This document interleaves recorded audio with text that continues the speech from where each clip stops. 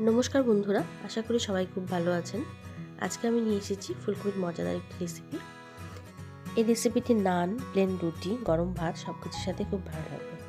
তো সর্বপ্রথমে আমার চ্যানেলটিকে সাবস্ক্রাইব করতে ভুলবেন না, আর পাশে থাকা বেল আইকনটিকে প্রেস করুন, তাহলে আমার ভিডিওটি সবার প্রথমে আপনার কাছে পৌঁছে যাবে।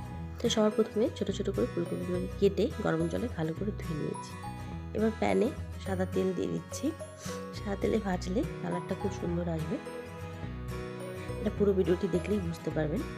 তো ফুলকপিগুলোকে হালকা ভাজবো, খুব বেশি ভাজবো না।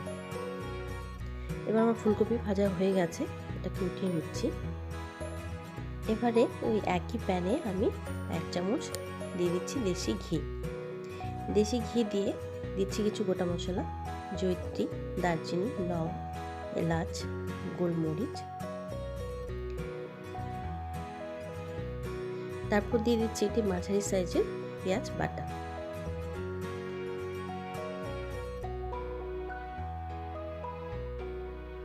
পেঁয়াজটাকে 2-3 মিনিট ভেজে এবার এতে দিয়ে দেব রসুন বাটা,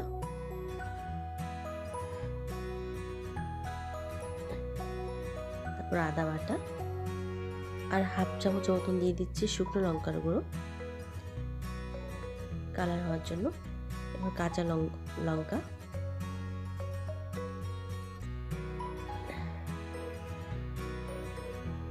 তারপর দিয়ে দিচ্ছি হলুদ গুঁড়ো। মশলাটার তেলটা যখন বের হয়ে আসবে তখন আমি এটা দিয়ে দিচ্ছি ভাজা জিরে গুঁড়ো। জিরেটা ভেজে আমি আধা গুঁড়ো করে নিয়েছিলাম। তারপর দিয়ে দিচ্ছি 10-12টা কাজু, আমি মিক্সিতে পেস্ট করে নিয়েছি, সেটাকেও দিয়ে দিচ্ছি।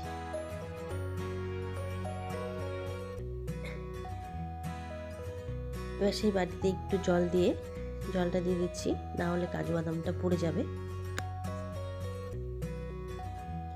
তারপর দিয়ে দিচ্ছি লবণ। লবণটা আপনাদের স্বাদ অনুযায়ী দেবেন, আর খুব বেশি লবণ দেবেন না, কারণ কোরমাটা কিন্তু একটু মিষ্টি মিষ্টি হবে। এবারে আমি এতে দিয়ে দিচ্ছি টক দই।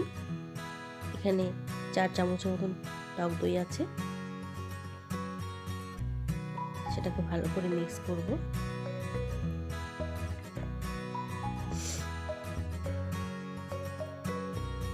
তারপর দিয়ে দিচ্ছি ভেজে রাখা ফুলকপিগুলোকে।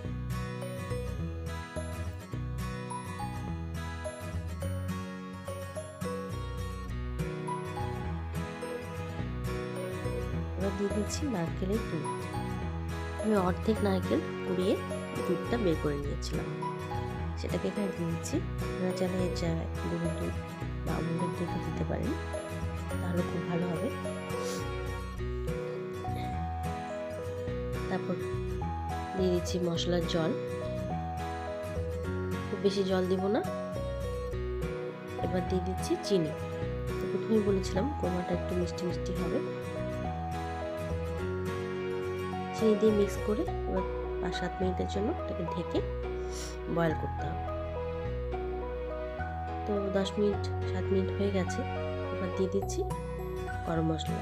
এটা ঘরে বানানো গরম মশলা, আমি সবসময় এটাই ইউজ করি। এবার দেখতেই পাচ্ছেন ফুলকপির কোরমাটা হয়ে গেছে।